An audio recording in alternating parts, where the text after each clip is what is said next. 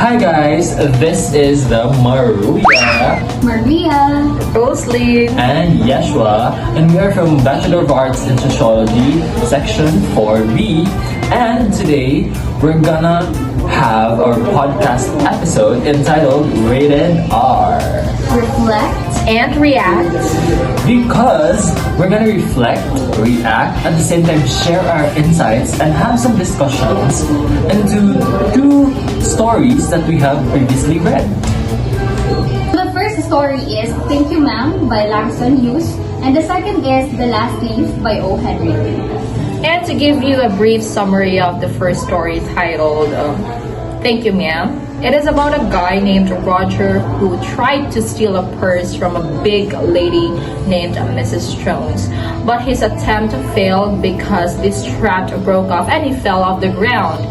So Mrs. Jones had the option to call the police, but she did not. Instead, she took him home and treated him with kindness. He even told him to wash his face. Yeah, so it's surprising, right? And then after that, they talked about life, they talked about previous mistakes as well.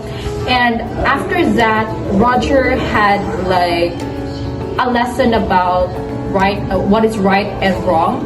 But instead of learning it through punishment or through reprimand or through violence, maybe, because like what he did was wrong, right?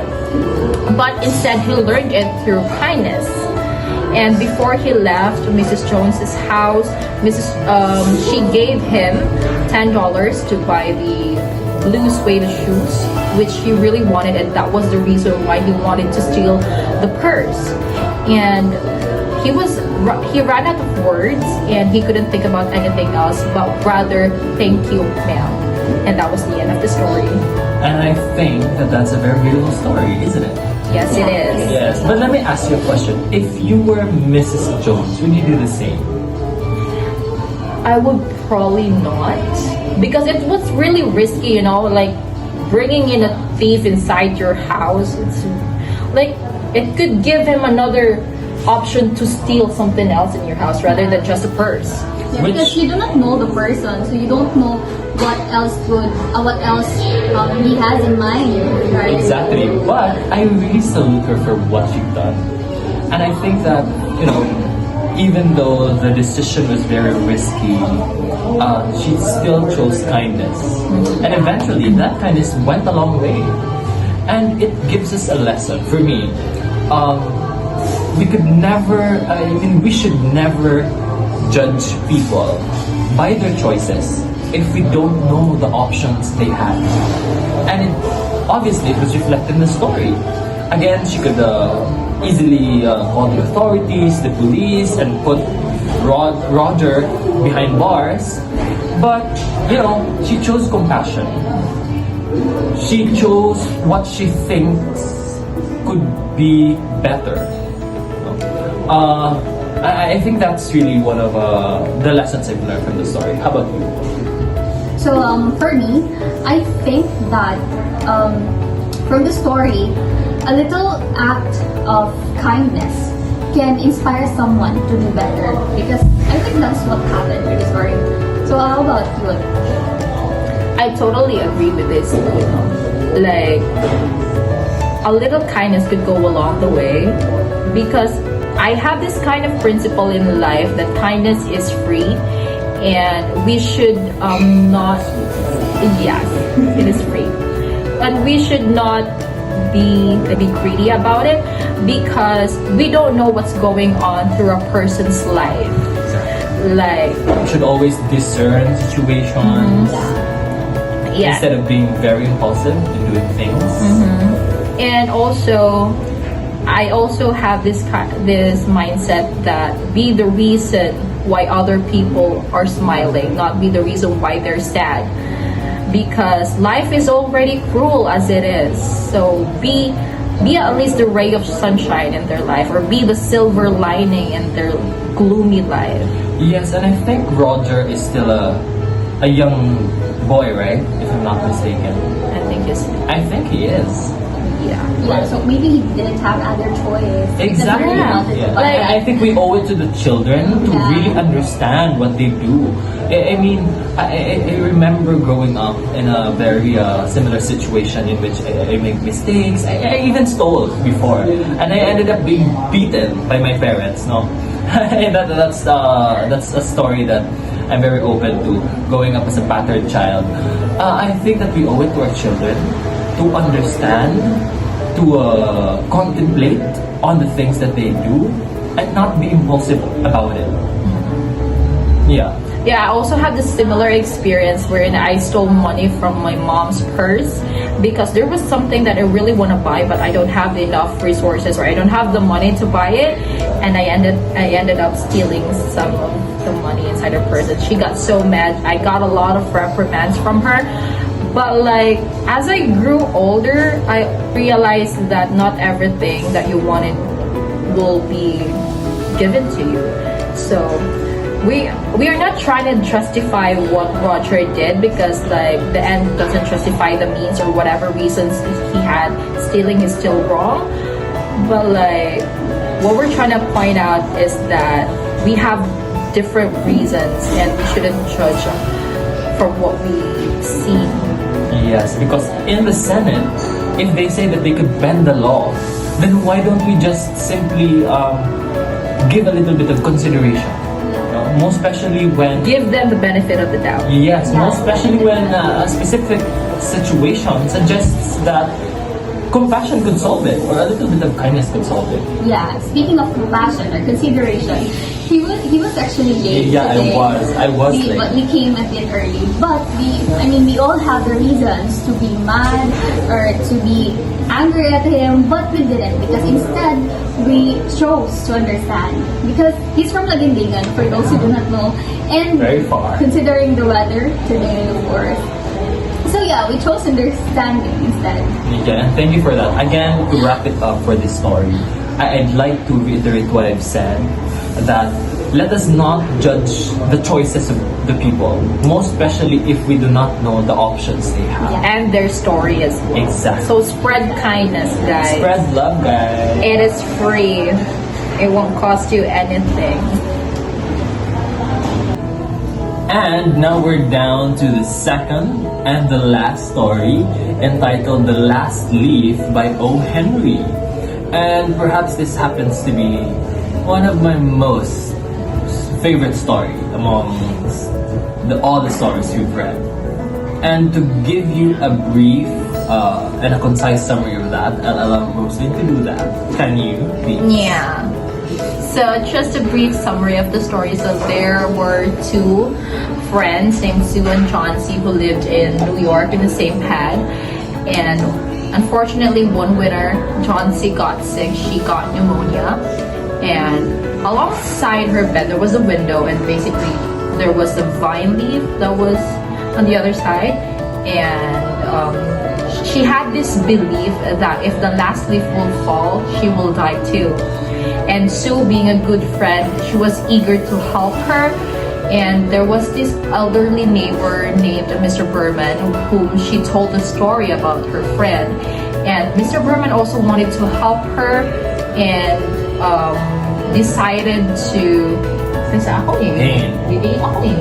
or sa last na lang I help her na lang. And then Mr. Berman, the kind man, decided to help them. So one stormy night, the leaves were like Falling apart. Yeah. Falling off. Yeah, and then one morning when Chauncey woke up and looked at the window, the last leaf was still there. And because of that, she had the will to live, she had hope, but Not knowingly. unknowingly that Mr. Berman actually painted the last leaf on the wall. But tragically, Mr. Berman got pneumonia too, and he died shortly after. Yeah, and because of Mr. Berman, the leaf he painted actually served as somewhat a disguise, right? Of the last leaf. Susan, what's the name? John Sue C. and John C. was looking at because he was thinking that if it falls, then she'd also die. Thanks to Mr. Berman for doing that. Yeah. But eventually he died too. Yeah, it's so tragic. Yeah, and this story leaves us a lesson about passion, Giving hope to giving others. hope to others, and leaving out a lasting legacy of kindness. Yeah. Right. Which reminds me of Emma Atienza, you know, Yes, she's Yeah. actually viral right now. the TikTok influencer, and she was very open about her mental health. She was an advocate of mental health. And in all her social media platforms, she was actually bullied. And despite the bullying, the hatred she received, she still showed kindness. So her selfless greed, you know, she's so busy to show kindness to others that she tend to forget herself. But her selfless greed actually made others to have the will to live. Yes, I think she's really an inspiration to others. And we could all relate to that, most especially that all of us here are research leaders. There are really a lot of times in which we sacrifice, Yeah. in which we have to show kindness, knowing the situation of our members, even if that means or that costs our own mental and physical well-being, right? I can relate to that because in life there will always be compromises. So as a research leader, I tend to compromise myself as well in order for me to help other people. So we're not perfect. Like we don't know everything. But despite of not knowing, we try our best to help our group members even though we also need help ourselves. Yes, because I think it still connects to the previous story, right? No? That kindness really comes with an extent of sacrifice. And I wouldn't mind doing that, most especially if it's for the welfare or the general welfare of other people or a specific person. And yeah, Yeah, because it's also nice to have your own lasting legacy that you have shown kindness or consideration to everyone. yes. And so this leads us to perhaps a conjecture or let's say a conclusion that to always check on the people who help you. Yeah. Just like Mr. Berman. Berman. no? Nobody checked on him. Exactly. No one even knew that he had He was sick. He was sick. Yeah. So yes, as I mentioned, let's check on the people who help us because on an editorial that I've written before, I asked the question: who helps or who lends a hand to a helping hand? Diba? Who helps those people? And I think that again, it is righteous for us to not be selfish. It is righteous for us to also not just thank, but check on your friends. Check on your friends. Check the label. Yes. Awesome. And yes, just because somebody's helping you out or just because they're handling it so well doesn't mean they don't need help or it doesn't mean that it's not heavy for them, that they're not also struggling. Yeah. So it is really important that we should check on them, not because they were asking for it. But you just really have to do You it. have to do it. It should come naturally from us. Yeah. Because those people who tends to help out other people, they don't really know how to ask for help, or like they think that they are burdensome to others. So yeah, that is why checking on them without them asking you to help them is really important. And I'd like to reiterate what you've said, no? Just because a person carries something so well doesn't mean it's not heavy. Yeah. Even, yeah. Yeah, I mean, even I mean, especially on the people we see laughing, smiling, there's a stereotype that they are mentally well, no? But they're actually not. They also need help. They also need to be checked upon, right? Yes, because depression, anxiety, it does not discriminate. Yeah. Simply hit anyone, right?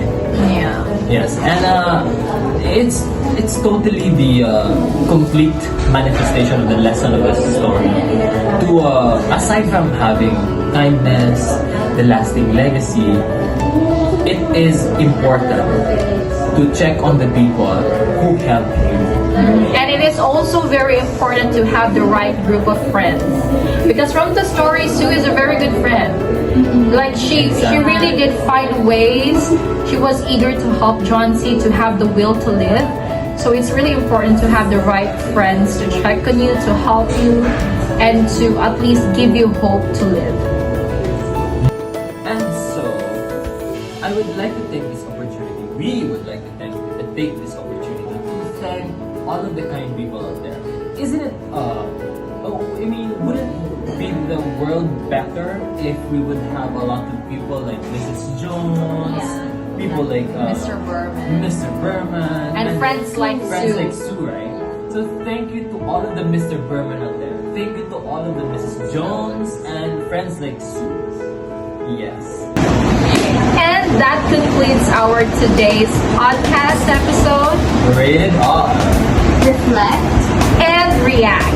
Thank you so much, guys, and see you on the next episode. Bye!